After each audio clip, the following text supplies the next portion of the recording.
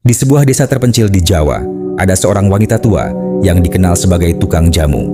Setiap pagi, ia berjalan dari rumah ke rumah menjual ramuan jamu tradisional yang dipercaya memiliki kekuatan penyembuhan. Namun, ada yang sangat aneh tentang wanita tua ini.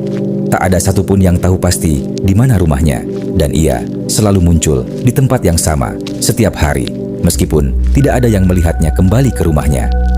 Suatu malam, seorang pemuda bernama Eko memutuskan untuk mengikuti wanita tua itu. Ia merasa penasaran dan curiga karena tak ada yang tahu latar belakang wanita tersebut. Eko mengikuti hingga akhirnya wanita tua itu berhenti di depan sebuah pohon besar yang terletak jauh di hutan. Ketika wanita itu berbalik dan menatapnya, matanya kosong dan tubuhnya tiba-tiba melayang. Tanpa suara, ia menghilang di antara pepohonan. Pada keesokan harinya, Eko kembali ke desa dan menceritakan apa yang dilihatnya. Namun para warga hanya terdiam dan mengingatkan Eko untuk tidak kembali ke hutan tersebut.